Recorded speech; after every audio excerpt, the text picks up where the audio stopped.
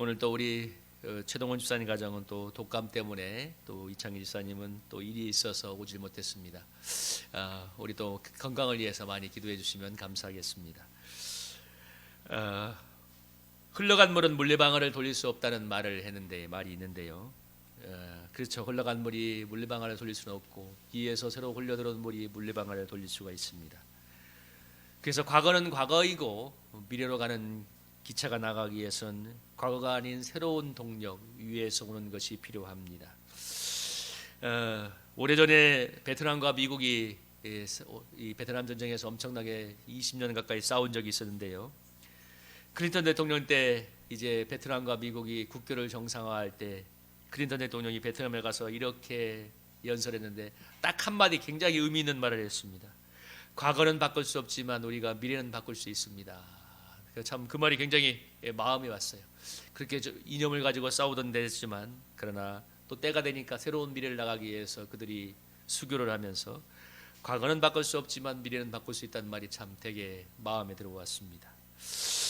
여러분 몇 년 전 우리가 코로나로 인해서 몇 년간 지구촌이 정말 난리가 났는데 거기에서 발달한 사람이 메타버스, 다시 말하면 가상세계 산업인데 가상세계에서 건물도 세우고 시장도 열고 경제활동이 이루어진다고 하는데 이 메타버스 시장이 어마어마하게 여러분 성장했다고 합니다. 그래서 이제 가상 콘서트에서 연예인들의 공연을 정말 아바타처럼 그 캐릭터를 가지고 보기도 하고 시장이 열리기도 하는데요. 여러분 그래서 이제 너무나 새로운 경제 체계와 문화 체계, 소비 체계가 시작됐기 때문에 과거의 전통적인 세계는 사실 이제 많이 쇠락해진다고 봐야 됩니다. 요즘 우리나라에도 보면 이제 재래 전통시장을 살리자는 말을 많이 하는데 솔직한 제 견해로는 재래 전통시장이 살아나기는 쉽지 않습니다. 물론 그 나름의 명맥이 있기 때문에 명맥은 유지할 수 있을지 모르지만 왜냐하면 온라인 쇼핑 시장이 너무나 폭발적으로 성장하고 있기 때문이죠. 여러분 저나 여러분이나 다 테무를 아마 이용해 보셨을 거예요. 몇 년 전만 해도 지마켓이나 옥션을 쓰다가 지금은 너무 싼 테무를 사용하고 있습니다. 그만큼 세상은 급박하게 변화되고 있죠. 이번에 우크라이나 러시아 전쟁을 맞아서 여러분 러시아 전쟁에서 러시아가 처음에 초기 며칠간에 이 우크라이나를 공격해서 여러분 우크라이나 통신망을 다 박살을 냈는데 불과 며칠이 안 되어서 여러분 우크라이나 통신망이 다 살아났습니다. 그게 왜 살아났냐? 일론 머스크가 운영하는 스타링크를 우주 이성 인터넷을 개방해 주면서 무너졌던 인터넷망이 살아나고 그래서 우크라이나는 지금까지 전쟁을 수년째 지속해 올 수가 있었습니다. 그래서 여러분 그 TV에서 화면 봤죠? 여러분 드론 화면이 우리 북한 병사들을 막 쫓아다니면서 사륙하는 그냥 참 너무 그걸 보면서 너무 마음이 아팠습니다. 야, 어떻게 저 이영만리에 우리 동족의 저 젊은 병사들이 가서 독재자를 위해서 이렇게 희생을 당해야 되는가? 그런데 중요한 건 전에는 아무도 몰랐을 사실이 그 눈앞에 있는 현생한 24시간의 현장의 사진을 지금 우리가 볼 수 있는 시대가 되었습니다. 과거는 소중한 거지만 과거는 지나간 것이고 또 물레방아에 들려간 물처럼 내려보내야 되고 새로운 미래를 맞아야 되죠. 여러분 몇 년 전 2007년에 한국교회가 1907 어게인 그래서 1907년 평양 대붕운동을 기념해서 다시 한국교회의 부흥이 발하기를 간절히 원망하는 그런 캠페인을 펼친 적이 있었는데요. 뭐 의미는 있는 것이지만 그런데 중요한 건 한국교회는 어게인 1907이 아니라 앞으로 장장 10년 후에 다가올 2030의 미래를 위해서 고민하고 기도해야 되는 게 맞았습니다. 여러분 2003년 여러분 우리가 어떤 사회가 펼쳐질까요? 아마 우리가 상상하기 힘든 엄청난 변화가 지구촌에 불어닥칠 것입니다. 그리고 지금 정말 너무나 세상에 뒤처진 이 교회가 새로운 뭔가 변혁을 하지 않으면 아마 엄청난 더 태보를 경험하게 될 것입니다. 무려 10년간 여러분 거의 200만 명이 개신교 주요 6개교단에서 200만 명이 여러분 사라졌다고 하지 않습니까? 근데 교회는 아직도 아무 감각이 없어요. 마치 교회는 마치 그 개구리가 이 냄비에 집어넣고 온도를 1도씩 올리면 가만히 있다가 죽는 것처럼 지금 세상은 너무나 변해가고 있는데 교회는 교회만큼 바뀌지 않고 답답한 동네가 없는 것도 사실입니다. 정말 우리가 미래를 위해서 많이 기도를 해야 되는데요. 그래서 오늘 말씀을 한번 생각해 봤습니다. 그래서 저는 원래 현수막을 송구영신 예배에 걸려다가 걸지 않았어요. 그냥 어차피 2024년 이제 떠나갈 건데 새로운 새해를 기도하자 그래서 아예 그냥 이 현수막을 신년 현수막을 걸었습니다. 어차피 갈 거. 여러분 오늘 본문의 내용이 뭡니까? 옛전 일을 기억하지 말고 새로운 일을 행하실 하나님을 기대하는 거 아닙니까? 오늘 하나님이 바벨론 포로 사용에 있는 이스라엘 백성을 향해서 옛전 일을 기억하지 말고 그리고 새로 이런 일을 행할 하나님을 기대하라고 말하고 있습니다. 여기서 옛적 일이란 하나님이 403년 애굽에서 노예로 달던 이스라엘 백성을 놀라운 홍해를 갈라지는 기적을 통해서 구원한 사건을 말합니다. 이것은 이스라엘 역사에 있어서 잊어버릴 수 없는 정말 엄청난 기념비적인 사건이었는데요. 하나님은 이것도 옛날 일이니까 기억하지 말라고 얘기하고 있습니다. 왜? 하나님께서 새로운 일을 행하실 것을 기대하라고 말하는데 여기서 말한 새로운 일이란 이 바벨론 제국에서 포로 생활하고 있는 이스라엘 백성이 이제 포로에서 바벨론 제국의 포로 생활에서 귀환해서 예루살렘으로 돌아갈 사건을 역사적으로는 말하고 있습니다. 물론 또 영적으로는 다른 의미가 있지만 당시 남유다를 멸망시키고 이스라엘을 끌어갔던 바벨론 제국은 너무나 강력해서 물론 하나님이 70년간 포로 생활할 거라고 얘기했는데 정말 그 많은 시간이 지나가는 동안 이스라엘 백성은 완전히 사실 회복의 꿈을 잊어버릴 수밖에 없었습니다. 왜냐하면 너무나 바벨론 제국이 강력했기 때문입니다. 그래서 너무나 강력해서 바벨론 실제로 반란이 일어났는데 이 바벨론 제국의 그 수도에 바벨론에 이제 어마어마한 수십 메타 두께의 성벽에다가 이중으로 된 해자를 만들고 거기에 5년치의 양식이 있었답니다. 그래서 막 어느 정도였냐면 밖에서 이 반란군이 쳐들어와서 이제 막 공격을 하고 있는데도 안에서는 매일 술판을 벌였대요. 왜? 5년치의 양식이 있고 우리 성은 절대 무너지지 않을 거야. 그만큼 강력한 제국이었습니다. 그런데 그 강력하던 제국이 어느 날 그 안에 어느 누군가 배신을 하는 바람에 갈대아 제국이 쳐들어와서 하루아침에 성문이 뚫리고 망하고 말았습니다. 그래서 여기 보면은 14절의 후반부에 보면 갈대아 사람에게 자기들이 연락하던 배를 타고 도망하여 내려가게 하리라. 이게 배를 타고 도망하던 말이 뭔 말이냐면 너무나 갑자기 이 제국이 멸망하니까 배를 타고 도망하는 것처럼 황급하게 도망길에 오르는 것을 의미하고 있습니다.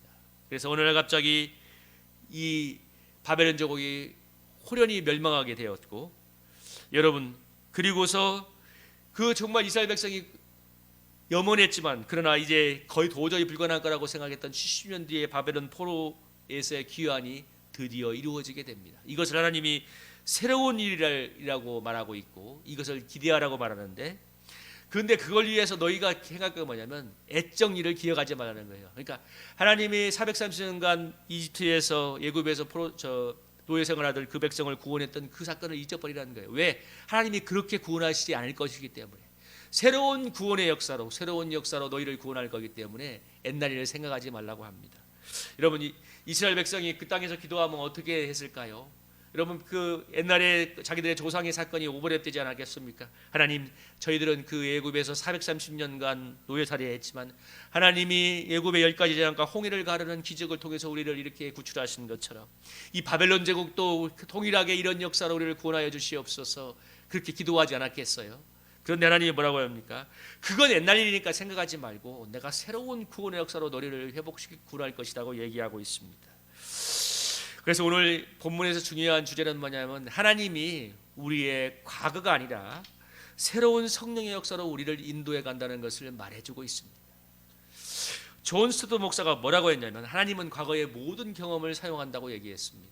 그런데 여러분 이것은 맞는 말이고 하나님은 과거의 모든 경험을 사용하는 것도 맞지만 그런데 여러분 그러나 또 이것을 기억하셔야 돼요. 하나님이 과거의 경험을 쓰시긴 하지만 우리가 과거의 경험을 의지하는 것을 원하지 않으십니다. 어제 하나님을 기억해야 되지만 그러나 어제 역사한 하나님을 의지하는 것을 원치 않으죠. 그래서 여러분 오늘 말해요.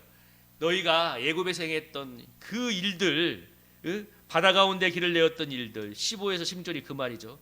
바다 가운데 길에서 홍해바다를 갈라서 너희들을 구원했던 그 일들 옛날의 일들을 기억하지 마라. 그걸 의지하지 말라는 거예요. 왜? 그건 너희들의 조상의 하나님에게 내가 했던 것이고 너희에게 새로운 일을 구원을 행할 나를 의지하라는 말이죠. 그러니까 어제의 하나님을 의지하지 말고 오늘 그리고 내일 일하실 새로운 하나님을 기대하라는 거죠. 그걸 광야의 강을 내는 것으로 표현하고 있습니다. 여러분, 제가 이 예화를 한번 들었죠. 태국에서 코끼리 훈련할 때 어린 코끼리를 잡아다가 어떻게 한다고 합니까? 쇠말뚝에다가 쇠사슬로 묶어놓는다고 하지요. 그러면 이 어린 코끼리가 힘이 없기 때문에 쇠사슬에 묶인 채로 생활을 하는데, 그렇게 몇 년 생활을 하고 나면 성체가 되어서 충분히 쇠사슬을 끊을 수가 있어도 쇠사슬을 끊지 않는답니다. 왜? 완전히 이 오랫동안 경험의 포로가 되었기 때문에. 왜? 자기가 어릴 때는 그 쇠사슬을 끊을 수 없으니까. 그래서 뭐예요? 소위 자기가 사람이 말하는 훈련된 코끼리로 살아가게 되는데, 그런데 여러분, 사람들 편에서 보면 훈련된 코끼리가 많지만 실제로 또 뭐예요? 야생을 상실한 사실 그런 코끼리인 거죠.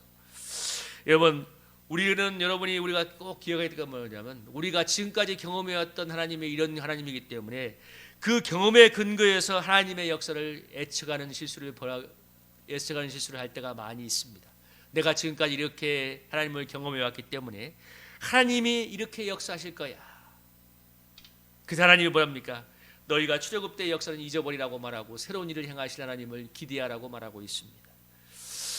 여러분 한번 생각해 보세요. 하나님이 우리가 예측하는 대로 역사하실 하나님이라면, 제가 한번 여러분에게 질문 드려볼게요. 하나님이 우리가 생각하고 예측한 대로 일하시는 하나님이라면, 그게 여러분 우리가 만든 우상이지, 그게 어떻게 우리가 섬기는 하나님이 되겠어요? 우리가 경험하고 우리가 생각하고 우리가 예측한 대로 일하시는 하나님이라면 그게 내가 만든 우상이지, 어떻게 그게 우리가 섬겨야 될, 믿고 의지해야 될 하나님이 되겠습니까? 여러분, 이 말씀에 한번 보면은, 여러분 이사야서 55장 6절 11절 말씀이죠. 여러분 한번 8절 한번 9절 한번 읽어보려 볼까요? 8절하고 9절, 아니 우리 6절부터 11절까지 한번 교독해 보겠습니다. 너희는 여호와를 만날 만한 때에 찾으라. 가까이 계실 때에 그를 부르라.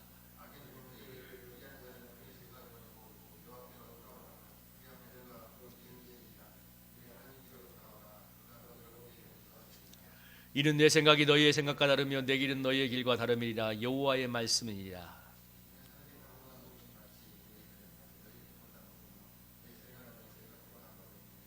이는 비하노니 하늘로부터 내려서 그리로 되돌아가지 아니하고 땅을 썩어서 소출이 나게 하며 싹이 나게 하며 파종하는 자에게는 종자를 주며 먹는 자에게는 양식을 준 것 같이 내 입에서 나가는 말도 이와 같이 헛되이 내게로 되돌아오지 아니하고 나의 기뻐하는 뜻을 이루며 내가 보낸 일에 형통함이니라. 아멘. 오늘 8절 9절에 보면 뭐래요? 내 생각은 너희의 생각과 다르고 내 길은 너희가 달과 다른데 하늘이 땅보다 높은 것 같이 내 길은 너희 길보다 높으며 내 생각은 너희 생각보다 높음이라. 그러니까 하나님의 뜻과 생각은 우리와 차원이 다른, 너무나 높고 완전하다는 것이죠. 그래서 여러분 7절에 뭐라고 했습니까? 악인은 그의 길을, 불의한 자는 그의 생각을 버리고 여호와께로 돌아오라고 해요. 여기서 성경에서 말하는 악인이란 우리가 생각하는 세상의 기준이 아니라 하나님의 말씀이 아니라 자기 뜻대로 살아가는 사람을 모두 칭찬하는데, 그래서 뭐예요? 그의 생각을 버리고 여호와께로 돌아오라. 자기 생각과 고집에 기초한 삶을 버리고 하나님께로 돌아오라 말하고 있습니다. 여러분, 우리가 하나님이 행하실 새로운 일을 여러분 경험하려면 애적 일을 생각하지 말아야 되는데, 이건 또 다른 면에서 생각하면 우리가 살아온 삶의 습관, 습관을 버려야 된다는 것입니다. 그러니까 내가 전에 살아왔던 습관대로 사는 그것을 버려야 된다는 얘기예요. 하나님의 말씀과 무관하게 자기 생각과 고집대로 살아간다면 여러분 새로운 하나님의 역사를 보고 싶어도 볼 수가 없는 것입니다. 여러분, 하나님께서 왜 전에 애굽에서 행했던 그 하나님 옛날 일을 잊어버리라고 합니까? 너희가 과거의 경험과 습관, 너희들에게 살아왔던 삶에 지금까지 살았던 방식대로 하나님이 일하지 않기 때문에 너희가 생각했던, 너희가 살아왔던 삶의 그 구습을 버리라는 얘기입니다. 자기 생각대로 살고 자기 고집대로 살고 애고대로 살았던 그 구습을 버릴 때 하나님이 역사한다는 거죠. 그래서 여러분 로마서 12장 2절도 여러분 한번 읽어볼까요? 로마서 12장 2절 한번 읽어보겠습니다. 시작. 너희는 이 세대를 본받지 말고 오직 마음을 새롭게 함으로 변화를 받아 하나님의 선하시고 기뻐하시고 온전한 뜻이 무엇인지 분별하도록 하라. 아까 여러분 하나님의 생각은 우리의 생각과 달라서 하늘이 땅보다 높은 것 같이 높고 완전하다고 하는데, 그 하나님의 높으신 뜻을 분별하려면 뭐라고 해야 됩니까? 너희가 이 세대를 본받지 말고 마음을 새롭게 해야 된다고 말하고 있습니다. 여러분, 이 세대를 본받지 않고 마음이 새롭게 되어야 뭐예요? 하나님의 뜻이 무엇인지 분별한다는 거예요. 여러분, 이 세대를 본받지 말라는 뭔 말입니까? 이 세상을 본받지 말라는 것입니다. 여러분, 우리가 살아가는 세상의 가장 중요한 특징이 뭔지 아세요? 사람들이 너무나 에고에 충만하다는 거예요. 자기중심적이고 너무 자기에 충실한 삶을 살아간다. 가만 갈수록 그래요. 전에는 여러분 좀 뭐 참자, 희생하자 이런 얘기가 됐는데, 요즘은 다 모든 이런 자기개발서, 심리상담서가 뭐냐면 너는 너이기 때문에 네가 살고 싶은 삶을 살라고 하는 게 모든 메시지입니다. 너무 다른 사람한테 배려하지 마라. 그래서 요즘 가장 뜨고 있는 철자가 누구냐면 쇼펜하우어예요. 마흔에 읽는 쇼펜하우어인가 하는 그 책을 잠깐 제가 조금 뜯어다 보니까 핵심은 뭐냐면 다른 사람 그렇게 신경 쓰지 말고 네가 살고 싶은 대로 살라는 거예요.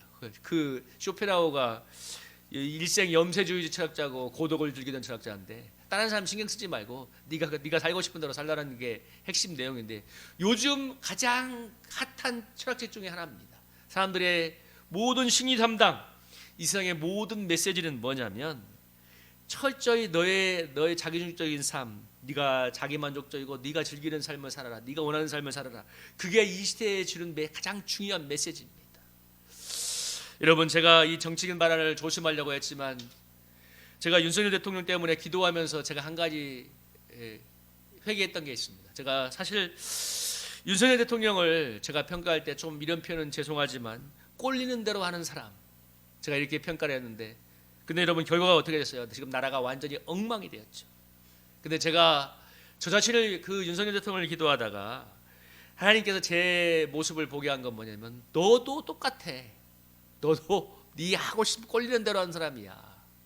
근데 정말 하나님의 뼈아픈 지적이 제 마음을 깊이 뚫고 들어왔어. 그래, 맞아. 나도 내가 하고 싶은 대로 하지 않으면 못 견디는 너무나 에고 충만한 사람인데, 그것 때문에 우리 집사람이 얼마나 많은 고생을 했는지 모릅니다. 여러분, 하나님께서 뭘 버려야 된다고 말하는 거예요? 너 옛적 일을 생각하지 마라. 네가 지금까지 살아왔던 그렇게 그 옛사람의 그 습관대로 살지 마라. 여러분, 우리 대통령도 꼴리는 대로 하니까 나라가 개판되잖아요. 우리의 삶도 마찬가지입니다. 성령이 하나님의 뜻에 다스림을 받지 않고 하나님의 뜻에 따르지 않고 우리가 살아왔던 삶의 습관대로 살아가고, 여러분 어떻게 어제와 똑같은 삶을 사는데 내일 결과가 달라질 거라고 기대하십니까? 여러분, 누군가 뭐 그런 얘기 하더라고. 여러분, 뭐 밤을 구워서 삶고 바위에다 심어서 거기에서 밤나무가 열리기를 바라는 것 같다고. 전에 내 지나온 삶의 습관이 바뀌지 않. 그 맞지 않나요, 여러분? 여러분 밤나무 할 때 밤을 땅에다 심으면 밤나무가 나죠. 근데 그 밤을 삶아서 바위에 심고 그것이 살아서 여러분 나오기를 기대하는 것 같은 것이 뭐냐? 우리가 전의 삶을 변화되지 않는 것입니다.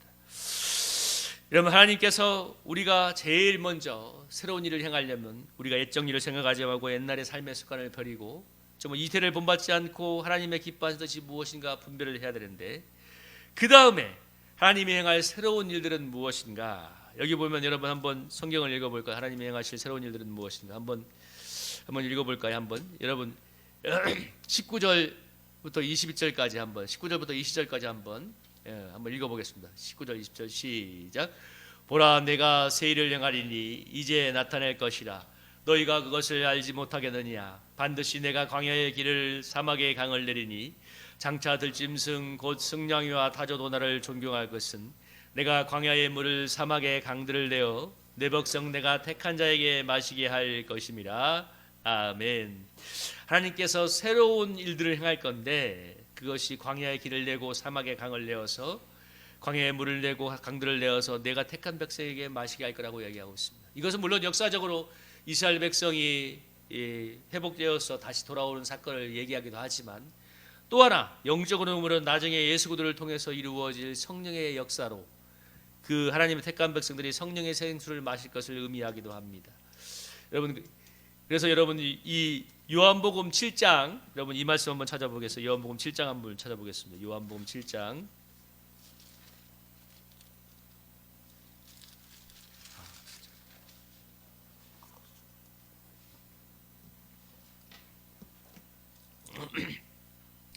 요한복음 7장 37절 38절.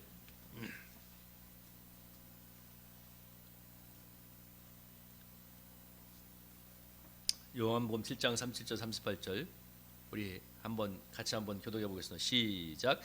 명절 끝날 곧 큰 날에 예수께서 서서 외쳐 이르시되 누구든지 목마르거든 내게로 와서 마시라.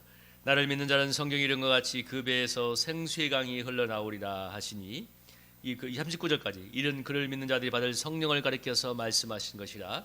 예수께서 아직 영광을 받으시지 않으시면 성령이 아직 그들에게 계시지 아니하시더라. 여러분, 역사적으로는 이스라엘 백성이 회복되어서 다시 예루살렘으로 돌아와서 하나님을 예배하는 하나님의 백성이 될 것을 얘기하지만, 또 하나 이 비유적인 표현이 의미하는 것은 나중에 예수님이 오셔서 이루어질 성령 역사를 이루어 말합니다. 그래서 뭐예요? 택한 백성에게 마시게 한다는 것은 무엇입니까? 성령의 생수를 마시게 한다는 것을 의미하고 있습니다. 여러분, 사막에 강이 흐르면 어떻게 이루어집니까? 풀 한 포기 자라지 않는 사막에 생명이 피게 되죠. 1960년대에 여러분, 지금의 이스라엘 땅이 지금 이스라엘이 유럽에다가 꽃과 농작물을 수출하는 농업대국인데요. 1960년대만 해도 전혀 그런 일이 없었습니다. 근데 어떤 사건 때문에 이 일이 이렇게 이스라엘의 불모지가 이렇게 농업대국이 됐냐면, 이스라엘의 어느 그 기술자가 어떻게 사막에 농사를 지을까 고민을 하다가 무슨 방법을 해도 안 되는데, 어느 날 다른 데는 다 이렇게 사막에 아무것도 자라지 않는데 어느 특정한 지역에 이 나무가 자라고 풀이 자라는 것을 보게 되었습니다. 그래서 왜 그런가 하고 거기 땅을 파보니까 한 가지가 깨달은 게 뭐냐면, 거기에 송수관이 지나가고 있었는데 송수관이 깨져서 물이 조금씩 세면하고 있었던 거예요. 그러니까 그 지역만 이렇게 풀이 자라고 사막에 생명이 나니까. 그래서 뭐냐면 이 사막에다가 땅 밑에다가 이 관을 꽂고 관에다가 조금씩 구멍을 뚫어서 물이 나면 거기에서 이제 그걸 가지고 지금 이스라엘이 어마어마한 농사를 짓고 있습니다. 그걸 통해서 지금 사우디도 지하수를 퍼내어서 엄청나게 농사를 짓고 있거든요. 그러니까 사막에 여러분 뭡니까? 물만 흘러가면 그 죽었던 땅에 아무것도 풀 한 포기 없는 땅도 뭡니까? 생명이 살아나고 농작물이 자라고 동식물이 살 수 있는 생명의 땅이 변하는 것처럼, 마찬가지로 뭡니까? 성령의 생수가 우리에게 흘러 들어오기만 하면 여러분, 메마른 땅이, 아무것도 없는 땅이 정말 놀라운 하나님의 생명이 일어나는 땅으로 바뀌게 될 줄로 믿습니다. 그래서 여러분, 핵심은 뭐예요? 오늘 말씀이 하나님께서 행하실 새로운 일이라는 것은 무엇입니까? 오늘 우리에게 성령의 생수를 흘러보내겠다는 것입니다. 그래서 여러분, 우리 12장 2절 말씀처럼 우리가 마음을 새롭게 함으로 변화를 받아야 되는 뭐냐면, 새로운 성령의 은혜가 우리에게 흘러들어오려면 우리의 마음이 새롭게 되어야 되고, 또 하나 여러분, 오늘 여기서 깨달을 것은 뭐냐면, 아까 제가 이스라엘의 그 농사를 가능하게 한 송수관 얘기를 했는데, 여러분, 송수관에서 물이 흘러들어오면 되지만 송수관이 막혀 있거나 송수관이 깨져 있으면 물이 흘러오지 못합니다. 여러분, 우리가 여기서 깨달을 건 뭐냐면, 우리가 하나님과 우리와의 관계에 있어서 관계가 죄로 인해서 막혀 있거나 무엇이 때문에 막혀 있거나 삐뚤어져 있으면 생수가 흘러들어오지 못한다는 것입니다. 그래서 여러분, 새로운 새해를 맞으면서 우리에게 새로운 역사가 일어나기 위해서 해야 될 가장 중요한 것은 뭐냐면, 우리와 하나님과 우리를 맡고 있는 은혜의 통로 생수의 관이 지금 막혀 있는지, 아니면 정말 무엇 때문에, 이것 생각하면 돼요. 정말 은혜가 왜 오지 않는가? 무엇인가 막혀있기 때문에 오지 않는 거예요. 무엇인가 막혀있고 무엇인가 막혀져 있기 때문에 생수의 은혜가 오지 않는데, 그걸 청소하고, 그게 뭡니까? 회개하는 것이기도 하고 우리의 잘못된 옛사람의 습관을 버려버리는 게도 하죠. 그리고 우리가 이러한 정말 잘못된 이 삶의 태도를 버리고 하나님 앞에 정말 이 우리의 하나님과 바른 관계성을 맺게 될 때, 하나님과 우리를 관통하고 있는 생수의 간에 은혜의 강물이 충만하게 흘러서 여러분, 새로운 성령의 역사가 일어나게 될 줄로 믿습니다. 우리 다가오는 우리 내년도가 그리하기를 주님의 이름으로 축복합니다. 하나님과 우리 사이를 흐르는 그 생수의 통로가 지금 어떤지 한번 생각해. 근데 하나님은 분명히 말씀하셨어요. 내가 너희를 새 일을 행할 것이다. 성령의 놀라운 은혜를 흘려보내서 정말 메마른 사막이 생명으로 푸르는 것처럼 우리 삶에 그러한 역사를 이루고 싶어 하는데, 그러한 성령의 역사가 우리 정말 충만하기를 기도하며, 우리가 올 한 해를 지나면서 우리와 하나님 사이에 막혀있는 잘못된 은혜의 생수를 막는 그 관들을 뚫고 청소함으로 내년도가 정말 은혜가 넘치는 그런 한 해가 될 수 있기를 주님의 이름으로 축복합니다.